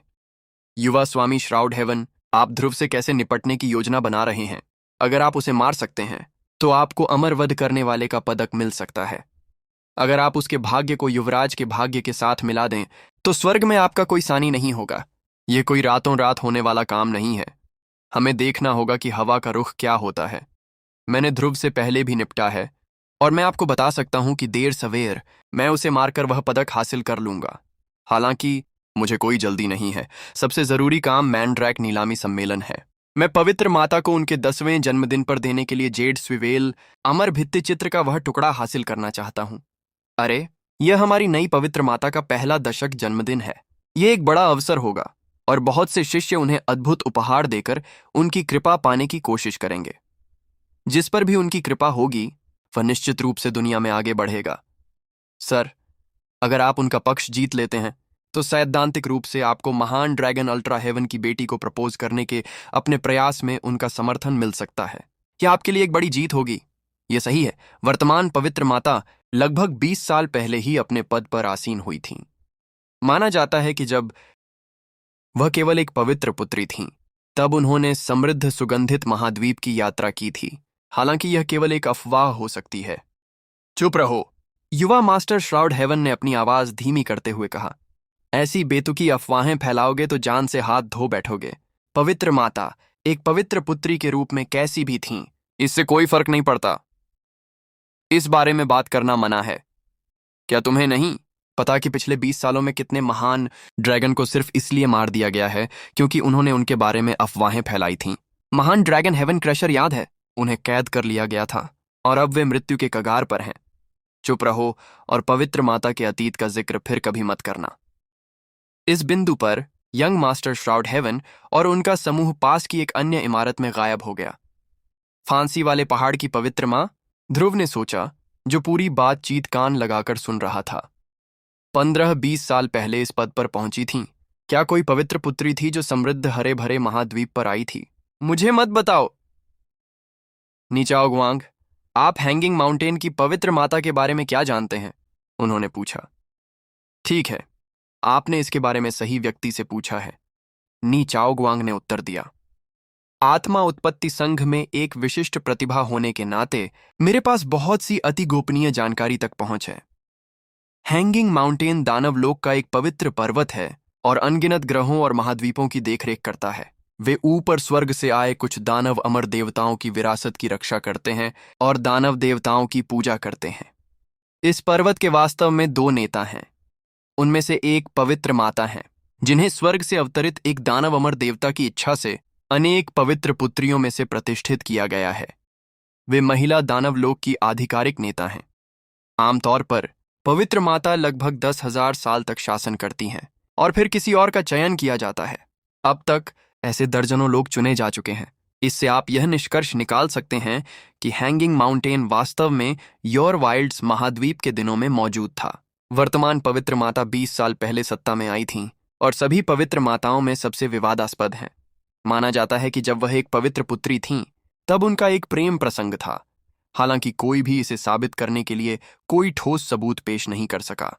बहरहाल, जब उन्हें पदभार ग्रहण करने के लिए चुना गया तो हैंगिंग माउंटेन में काफी खूनी लड़ाई हुई। हैंगिंग माउंटेन के दूसरे नेता को ऑगस्ट पैट्रियार्क कहा जाता है और वे पुरुष दानवों का आधिकारिक नेता हैं। ऑगस्ट पैट्रियार्क नई पवित्र माता की नियुक्ति के सख्त खिलाफ थे, लेकिन उन्होंने विरोध को दबाने और अंततः अपनी स्थिति को स्थिर करने के लिए हर तरह के हथकंडे अपनाए। आजकल कोई भी इन बातों की बात तक नहीं करता, खासकर हैंगिंग माउंटेन में। जो कोई भी करता है उसे बेरहमी से मार दिया जाता है। अंततः इस नई पवित्र माता को इतिहास की सबसे शक्तिशाली और ताकतवर महिला होने का ख्याति प्राप्त है और वे हमेशा ऑगस्ट पैट्रियार्क और पुरुष दानवों के मामलों में दखल देती रहती हैं। इस पवित्र माता का नाम क्या है? ध्रुव ने पूछा। पवित्र माता का कोई नाम नहीं है। उन्हें ग्रीन सुरा कहा जाता है क्योंकि यह मूल दानव लोक देव आत्मा का नाम था जिसने हैंगिंग माउंटेन की स्थापना की थी। पूरे इतिहास में सभी पवित्र माताओं को ग्रीन सुरा कहा जाता रहा है। तो क्या वह मेरी माँ है? ध्रुव ने सोचा। अभी कहना मुश्किल है। माना जाता है कि हैंगिंग माउंटेन में हजारों पवित्र बेटियां हैं, डेमी इमॉर्टल इंस्टीट्यूट के छात्रों से भी ज्यादा। उनमें से किसी के भी नई पवित्र माँ बनने की संभावना नगण्य ही होगी। लेकिन फिर उनके समृद्ध सुगंधित महाद्वीप में जाने की बात भी है। शायद वह सचमुच वही हैं। खैर, मुझे हैंगिंग माउंटेन जाकर खुद उनसे मिलना होगा। दिक्कत यह है कि मेरी साधना का आधार निश्चित रूप से उतना ऊंचा नहीं है, और अगर मैं सचमुच उनका बेटा हूं और बात फैल गई तो शायद मेरी जान जा सकती है। वैसे पवित्र माता की साधना का आधार किस स्तर का है? ध्रुव ने पूछा। एक महान ड्रैगन से भी अधिक, नीचाओ गुआंग ने उत्तर दिया। क्या क्या तुम कह रहे हो कि वह अर्धअमर है? क्या इससे वह पूरी तरह अजेय नहीं हो जाएगी? वह निश्चित रूप से एक अर्धअमर है, हालांकि मुझे यकीन नहीं है कि वह इस स्तर पर कहां खड़ी है।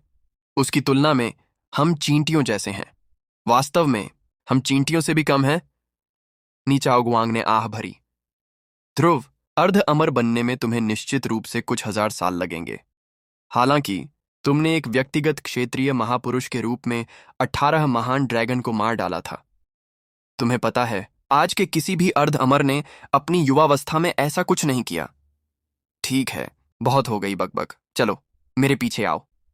अगर मुझे करना पड़ा तो मैं उस यंग मास्टर श्राउड हेवन को पकड़कर उसे अपना एजेंट बना लूंगा। वे दोनों सड़क पर उस इमारत की ओर बढ़ते रहे जिसमें यंग मास्टर श्राउड हेवन गुस्से थे। यह इमारत कोई और नहीं बल्कि मैंड्रैक्स हॉल थी, जो क्वेकडॉन कैथेड्रल के विदेशी व्यापार के मुख्य केंद्रों में से एक था और उनके लिए भारी आय का स्रोत था। जैसे ही ध्रुव उस इमारत के पास पहुंचा, उसे अमर कणों की आभा और आत्मा के पत्थरों के विशाल भंडार का आभास हुआ। युवा मास्टर श्राउड हेवन बिना रोके भवन में प्रवेश कर गए थे, लेकिन ध्रुव और नीचाओ गुआंग को लीजेंडरी गार्ड से बात करनी थी। मैं स्पिरिट ओरिजिन एसोसिएशन से नीचाओ गुआंग हूं। मैं नीलामी सम्मेलन में भाग लेने आया हूं। नीचाओ गुआंग ने अपना पहचान पत्र दिखाया। ओ, गार्ड ने कहा। स्पिरिट ओरिजिन एसोसिएशन कहते हो? कृपया अंदर आइए। हालांकि आपको प्रवेश शुल्क देना होगा। 10 शाही स्तर के स्पिरिट स्टोन। बिना पलक झपकाए ध्रुव ने उस आदमी को 100 शाही पत्थर फेंके। लो, ये लो, और बाकी पैसे पहरेदारों में बांट दो। और जब तुम यहां हो तो हमारे लिए एक अच्छी सीट भी ले लो। हाँ हाँ, बिल्कुल। पहरेदारों ने खुशी से एक दूसरे को देखा और फिर उनमें से एक आगे बढ़ा। मेरे साथ आओ, मैं तुम्हें सबसे अच्छी और सुरक्षित जगह पर ले चलता हूं। यह हेवन स्वीट है। एक बार अंदर जाने के बाद कोई भी तुम्हारे चेहरे को साफ नहीं देख पाएगा। यह तो बिल्कुल सही है, ध्रुव ने कहा। जैसे ही वे नीलामी घर से गुजरे, ध्रुव ने चारों ओर देखा और देखा कि वहां पहले से ही काफी लोग इकट्ठा थे, जिनमें से कई महान ड्रैगन थे। क्या? नीचाओ गुआंग अचानक बुदबुदाया। वह ग्रैंड वाइल्ड्स मेंशन से वाइल्ड्स एवरलास्टिंग है। ध्रुव ने उसकी दृष्टि का अनुसरण किया जब तक कि उसकी नजर एक हट्टे कट्टे महान ड्रैगन पर नहीं पड़ी, जो शक्ति और वैभव की भावना को विकीर्ण कर रहा था। वह ग्रैंड वाइल्ड्स मेंशन के नेता वाइल्ड्स गॉड का बेटा है। नीचाओ गुआंग ने जोड़ा। नीचाओ गुआंग ने आगे स्पष्टीकरण। क्रीनसुरा कहा जाता रहा है। तो क्या वह मेरी माँ है? ध्रुव ने सोचा। अभी कहना मुश्किल है। माना जाता है कि हैंगिंग माउंटेन में हजारों पवित्र बेटियां हैं, डेमी इमॉर्टल इंस्टीट्यूट के छात्रों से भी ज्यादा। उनमें से किसी के भी नई पवित्र माँ बनने की संभावना नगण्य ही होगी। लेकिन फिर उनके समृद्ध सुगंधित महाद्वीप में जाने की बात भी है। शायद वह सचमुच वही हैं। खैर, मुझे हैंगिंग माउंटेन जाकर खुद उनसे मिलना होगा। दिक्कत यह है कि मेरी साधना का आधार निश्चित रूप से उतना ऊंचा नहीं है, और अगर मैं सचमुच उनका बेटा हूं और बात फैल गई तो शायद मेरी जान जा सकती है। वैसे पवित्र माता की साधना का आधार किस स्तर का है? ध्रुव ने पूछा। एक महान ड्रैगन से भी अधिक, नीचाओ गुआंग ने उत्तर दिया। क्या क्या तुम कह रहे हो कि वह अर्धअमर है? क्या इससे वह पूरी तरह अजेय नहीं हो जाएगी? वह निश्चित रूप से एक अर्धअमर है, हालांकि मुझे यकीन नहीं है कि वह इस स्तर पर कहां खड़ी है। उसकी तुलना में हम चींटियों जैसे हैं। वास्तव में हम चींटियों से भी कम हैं। नीचाओ गुआंग ने आह भरी। ध्रुव, अर्ध अमर बनने में तुम्हें निश्चित रूप से कुछ हजार साल लगेंगे। हालांकि तुमने एक व्यक्तिगत क्षेत्रीय महापुरुष के रूप में 18 महान ड्रैगन को मार डाला था। तुम्हें पता है, आज के किसी भी अर्ध अमर ने अपनी युवावस्था में ऐसा कुछ नहीं किया। ठीक है, बहुत हो गई बकबक। चलो मेरे पीछे आओ। अगर मुझे करना पड़ा तो मैं उस यंग मास्टर श्राउड हेवन को पकड़कर उसे अपना एजेंट बना लूंगा। वे दोनों सड़क पर उस इमारत की ओर बढ़ते रहे जिसमें यंग मास्टर श्राउड हेवन गुस्से थे। ये इमारत कोई और नहीं बल्कि मैंड्रैक्स हॉल थी, जो क्वेकडॉन कैथेड्रल के विदेशी व्यापार के मुख्य केंद्रों में से एक था और उनके लिए भारी आय का स्रोत था। जैसे ही ध्रुव उस इमारत के पास पहुंचा, उसे अमर कणों की आभा और आत्मा के पत्थरों के विशाल भंडार का आभास हुआ। युवा मास्टर श्राउड हेवन बिना रोके भवन में प्रवेश कर गए थे, लेकिन ध्रुव और नीचाओ गुआंग को लीजेंडरी गार्ड से बात करनी थी। मैं स्पिरिट ओरिजिन एसोसिएशन से नीचाओ गुआंग हूं। मैं नीलामी सम्मेलन में भाग लेने आया हूं। नीचाओ गुआंग ने अपना पहचान पत्र दिखाया। ओ, गार्ड ने कहा। स्पिरिट ओरिजिन एसोसिएशन कहते हो? कृपया अंदर आइए। हालांकि आपको प्रवेश शुल्क देना होगा। 10 शाही स्तर के स्पिरिट स्टोन। बिना पलक झपकाए ध्रुव ने उस आदमी को 100 शाही पत्थर फेंके। लो, ये लो, और बाकी पैसे पहरेदारों में बांट दो। और जब तुम यहां हो तो हमारे लिए एक अच्छी सीट भी ले लो। हाँ हाँ, बिल्कुल। पहरेदारों ने खुशी से एक दूसरे को देखा और फिर उनमें से एक आगे बढ़ा। मेरे साथ आओ, मैं तुम्हें सबसे अच्छी और सुरक्षित जगह पर ले चलता हूं। यह हेवन स्वीट है। एक बार अंदर जाने के बाद कोई भी तुम्हारे चेहरे को साफ नहीं देख पाएगा। यह तो बिल्कुल सही है, ध्रुव ने कहा। जैसे ही वे नीलामी घर से गुजरे, ध्रुव ने चारों ओर देखा और देखा कि वहां पहले से ही काफी लोग इकट्ठा थे, जिनमें से कई महान ड्रैगन थे। क्या? नीचाओ गुआंग अचानक बुदबुदाया। वह ग्रैंड वाइल्ड्स मेंशन से वाइल्ड्स एवरलास्टिंग है। ध्रुव ने उसकी दृष्टि का अनुसरण किया जब तक कि उसकी नजर एक हट्टे कट्टे महान ड्रैगन पर नहीं पड़ी, जो शक्ति और वैभव की भावना को विकीर्ण कर रहा था। वह ग्रैंड वाइल्ड्स मेंशन के नेता वाइल्ड्स गॉड का बेटा है। नीचाओ गुआंग ने जोड़ा। नीचाओ गुआंग ने आगे स्पष्टीकरण दिया। जंगली देवता ने ग्रैंड वाइल्ड्स हवेली की स्थापना की और सभी कहते हैं कि वह काफी समय से 9वें चरण के महान ड्रैगन रहे हैं। यह देखते हुए कि वह अर्ध अमर बनने के कितने करीब हैं, वह क्वेकडॉन महाद्वीप के पुराकालीन लोगों में सबसे भयानक हैं। और यही कारण है कि ग्रैंड वाइल्ड्स हवेली हमेशा से क्वेकडॉन कैथेड्रल के साथ मतभेद में रही है। ऐसा नहीं है कि उनमें से किसी को भी अच्छा माना जा सकता है। सालों से वे आग और पानी की तरह एक दूसरे के विरोधी रहे हैं, लेकिन अब वाइल्ड्स एवरलास्टिंग क्वेकडॉन कैथेड्रल द्वारा आयोजित एक नीलामी में भाग ले रहा है और कोई भी उसे कोई परेशानी नहीं दे रहा है। यह अपने आप में बहुत सोचने वाली बात है। मैं कहूंगा कि इस बात की बहुत संभावना है कि वे आपके महाद्वीप से निपटने के लिए मिलकर काम करने की योजना बना रहे हैं। अगर वे समृद्ध हरे भरे महाद्वीप पर आक्रमण करने की योजना बना रहे हैं तो मुझे उन्हें रोकना होगा, ध्रुव ने सोचा। इससे भी बेहतर होगा कि मैं अपनी मूल योजना पर अमल करूं और उन्हें आपस में लड़वा दूं। लेकिन कैसे? शायद वाइल्ड्स एवरलास्टिंग ही सही विकल्प है। इस बिंदु पर वे हेवन स्वीट में दाखिल हुए, जो नीलामी के दौरान उन्हें काफी हद तक एकांत प्रदान करेगा। मुख्य नीलामी स्थल काफी भीड़भाड़ वाला था, लेकिन वहां साधारण महापुरुषों का ही बोलबाला था। यंग मास्टर श्राउड हेवन जैसे महत्वपूर्ण लोग और अन्य महान ड्रैगन सभी निजी कमरों में थे। क्वेकडॉन महाद्वीप में महान ड्रैगन कुलीन वर्ग के समान थे, जो बाकियों से ऊपर थे। महापुरुष भी महत्वपूर्ण थे और जीवन रक्षक और उनसे नीचे के सभी लोग दुनिया में ऊपर उठने के लिए संघर्षरत आम लोगों से कुछ ज्यादा ही थे। दरअसल लाइफ सीजर्स को इस नीलामी में शामिल होने की इजाजत ही नहीं थी। महाद्वीप के प्राचीन नियमों के अनुसार लाइफ सीजर्स सिर्फ पैदल सैनिक थे, ऊर्जा योद्धा नहीं, और इसलिए उनका कोई आधिकारिक पद नहीं था। ध्रुव ने सावधानी पूर्वक अपनी दिव्य इच्छा शक्ति को अन्य निजी कमरों की जांच के लिए भेजा। उसे तुरंत ही हर तरह की शक्तिशाली आभाएं महसूस हुईं और जहां तक उसे पता चला, उनमें से ज्यादातर महान ड्रैगन थे। ऐसा कहा जाता है कि उनमें से कोई भी भूत सम्राट यम के समान स्तर का नहीं था। ऐसे लोग बहुत कम और दूर दूर तक फैले हुए थे। सबसे आलीशान निजी कमरों में से एक में वाइल्ड्स एवरलास्टिंग अपने साथियों के साथ बातचीत कर रहे थे। महामहिम अर्ध ड्रैगन के एक सेवक ने कहा, आखिर आप यहां मंद्राकोर में इस नीलामी में भाग लेने क्यों आए थे? क्या हम अभी भी क्वेकडॉन कैथेड्रल के साथ मतभेद में नहीं हैं? और क्या उन्हें यह पता नहीं चल गया है कि हमने भूत सम्राट यम को मुक्त कराने के लिए भाड़े के सैनिकों का एक दस्ता समृद्ध रसीला महाद्वीप में भेजा था? मैं इसलिए आया हूं क्योंकि वहां नीलामी के लिए अमर घास का एक डंठल है जो मुझे चाहिए। वाइल्ड्स एवरलास्टिंग अचानक शक्ति से भर गया, ऐसी शक्ति जो ध्रुव द्वारा मारे गए 18 महान ड्रैगन में से किसी से भी कहीं ज्यादा थी। ठंडी मुस्कान के साथ उसने आगे कहा, वे सभी भाड़े के सैनिक मर चुके हैं। भूत सम्राट यम ने उन्हें खा लिया है। अंत में उन्हें वहां भेजने में हमें लगभग कुछ भी खर्च नहीं करना पड़ा। सबसे अजीब बात यह है कि भूत सम्राट यम के मुक्त होने के बाद उन्होंने मेरे पिता से संपर्क नहीं किया। इसके बजाय उन्होंने ध्रुव नाम के किसी व्यक्ति के साथ मिलकर काम किया। यह वाकई बहुत अजीब है महामहिम, एक और सेवक बोला। आखिर वह ध्रुव कौन है? मैंने सुना है कि उसने योर वाइल्ड्स के हृदय का टुकड़ा चुराया था और उसका इस्तेमाल युवराज को मारने के लिए किया था। युवराज का जन्म क्वेकडॉन कैथेड्रल की पवित्र पुत्री पर स्वर्ग से उतरे एक देवता के नश्वर संसार में अवतरित होने के बाद हुआ था। लोग कहते हैं कि युवराज जीवन भर भाग्यशाली रहा। उसे सम्राट रिचलश की विरासत और कुछ अमर कलाकृतियां भी मिलीं। इससे भी ज्यादा चौंकाने वाली बात यह है कि उसे किसी तरह राजा अमरवध करने वाले के विरासत पदकों में से एक मिल गया। उसे मारने की कोशिश में महान ड्रैगन को भी भेजा गया था, लेकिन कोई भी सफल नहीं हुआ। और हर बार जब वह उनके प्रयासों से बच निकलता तो वह इस वजह से और भी शक्तिशाली हो जाता। लेकिन अंत में वह किसी अनजान व्यक्ति के हाथों मारा गया। यह कैसे संभव है? कोई नहीं, हो सकता है कि आप सही ना हो। ध्रुव का भी एक रहस्यमयी इतिहास है। जरा सोचिए, भूत सम्राट यम न सिर्फ उसका पीछा कर रहे हैं, बल्कि उन्हें पूरे समृद्ध सुंदर महाद्वीप का भी समर्थन प्राप्त है।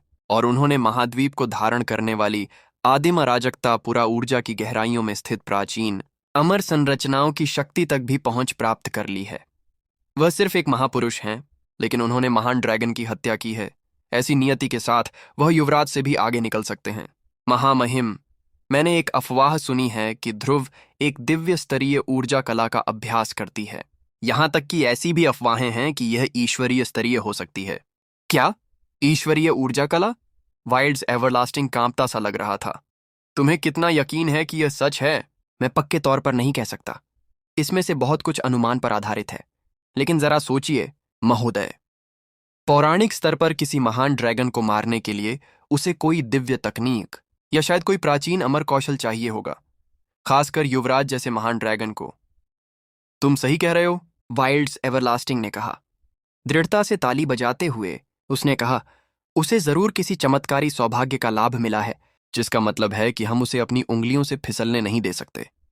एक बार जब यह नीलामी खत्म हो जाएगी और मेरे पास वह अमर घास आ जाएगी, तो मैं समृद्ध हरे भरे महाद्वीप में जाकर उसे मार डालूंगा, या शायद मैं उसके परिवार को पकड़ लूंगा और उन्हें धमकाने के लिए इस्तेमाल करूंगा। भूत सम्राट यम का ग्रैंड वाइल्ड्स हवेली के साथ संबंध भी उसे नहीं बचा पाएगा। यह एक महान विचार है, एक और सेवक ने कहा। पहले वार करो, मारक क्षमता हासिल करो, फिर वार करो, विपत्ति का सामना करो। पहल करो और ध्रुव को मार डालो, उसकी ऊर्जा कला और योर वाइल्ड्स के हृदय का टुकड़ा हासिल करो। यही करना जरूरी है। हाँ, जल्द ही मुझे यह सब मिल जाएगा। वाइल्ड्स एवरलास्टिंग ने हाथ हिलाकर टाल दिया। पहले इस नीलामी की चिंता कर लेते हैं। लगभग इसी समय क्वेकडॉन कैथेड्रल के लोग नीलामी के लिए खजाने को बाहर लाने लगे। पहला खजाना तेज रोशनी से जगमगा उठा और उसमें से अमर ऊर्जा की धाराएं निकल रही थीं। पलक झपकते ही वह रोशनी स्वर्गीय हवाओं, बिजली के बादलों, ड्रैगन और बाघों और अन्य विचित्र चिन्हों में बदल गई। यह अमर घास का एक टुकड़ा था और एक क्षण बीतने के बाद ऊर्जा प्रवाह एक अमर ऊर्जा योद्धा की छवि में बदल गया, जो घास के ऊपर तैर रहा था। यह स्वर्गीय थीसल का एक टुकड़ा है, नीलामीकर्ता ने घोषणा की। कहा जाता है कि इसकी शुरुआत एक बीज के रूप में हुई थी जो ऊपर किसी अमर लोक से गिरा था। स्वर्ग और पृथ्वी की पर्याप्त आध्यात्मिक ऊर्जा और सूर्य व चंद्रमा का पर्याप्त सार अवशोषित करने के बाद यह शून्य में एक खतरनाक स्थान पर अंकुरित हुआ। हजारों वर्षों के अंतरिक्षीय तूफानों के बपतिस्मा से गुजरने के बाद यह परिपक्व हुआ और वह खजाना बन गया जो आपके सामने है। यह घास किसी भी महान ड्रैगन की खेती के लिए बहुत फायदेमंद होगी और आज नीलामी के लिए हमारे पास मौजूद सबसे बेहतरीन खजानों में से एक है। यह लगभग अमूल्य है। जैसे ही नी चाओ गुआंग ध्रुव के बगल में बैठा, उसकी आंखें ईर्ष्या से चमक उठीं। वह केवल उस स्वर्गीय थीसल को पाने का सपना देख सकता था और फिर भी जानता था कि यह असंभव था। कितना अफसोस है, उसने कहा। अगर मुझे वह चीज मिल जाती तो मैं जल्द ही एक महान ड्रैगन बन सकता था। उसने अवचेतन रूप से अपनी खाली आयामी बोरी पर थपथपाया। ध्रुव नीलामी या अमर घास पर ध्यान नहीं दे रहा था, बल्कि इन जमीनों पर अपनी दिव्य इच्छा शक्ति के विशेष आदेश और गॉड लीजन पैराडाइज की शक्ति का इस्तेमाल करके अपने आसपास के लोगों की बातें सुन रहा था। तो ये वाइल्ड्स एवरलास्टिंग पहले से ही मेरे और मेरे परिवार के खिलाफ साजिश रच रहा है। इसके लिए वह मरेगा। ध्रुव को यह बर्दाश्त नहीं हुआ जब लोगों ने उसके परिवार को उसके खिलाफ इस्तेमाल करने की कोशिश की। हालांकि इस वाइल्ड्स एवरलास्टिंग को कैसे मारा जाए, यह एक समस्या थी। क्या हम यहाँ कुछ खरीदने जा रहे हैं? निचाओ गुआंग ने पूछा। कुछ तो होगा जो आपकी साधना में मदद कर सके। नहीं, मैं यहाँ चीजें खरीदने नहीं आया हूँ। मैं यंग मास्टर श्राउड हेवन और इस वाइल्ड्स एवरलास्टिंग पर नजर रखने आया हूँ। उनका ध्यान आकर्षित करने के लिए कुछ मत करो। यह कहकर ध्रुव ने वही करना जारी रखा जो वह पहले कर रहा था। समय बीतता गया और नीलामी का माहौल गर्म होता गया।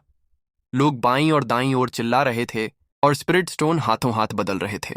वाइल्ड्स एवरलास्टिंग ने 10 स्वर्गीय श्रेणी के स्पिरिट पत्थरों के बदले हेवन किंग थीसल का अधिग्रहण कर लिया। नीलामी में सभी प्रकार की वस्तुएं दिखाई दीं और बेची गईं। प्राचीन अभिलेखों से लेकर औषधीय गोलियों से लेकर हथियारों तक, नक्शों के टुकड़े और जगमगाते जवाहरात भी थे। ध्रुव ने समृद्ध हरे भरे महाद्वीप में ऐसी नीलामी में कभी भाग नहीं लिया था, और सच कहूं तो घर से संकलित सभी धन की तुलना यहां प्रदर्शित होने वाली चीजों से नहीं की जा सकती थी। नीलामी में अंतिम वस्तु कुछ खजाने के नक्शे का टुकड़ा था जो अंततः यंग मास्टर श्राउड हेवन के पास चला गया। पूरे समय के दौरान ध्रुव ने एक भी वस्तु पर बोली नहीं लगाई। वह बस ठंडे दिमाग से देखता रहा।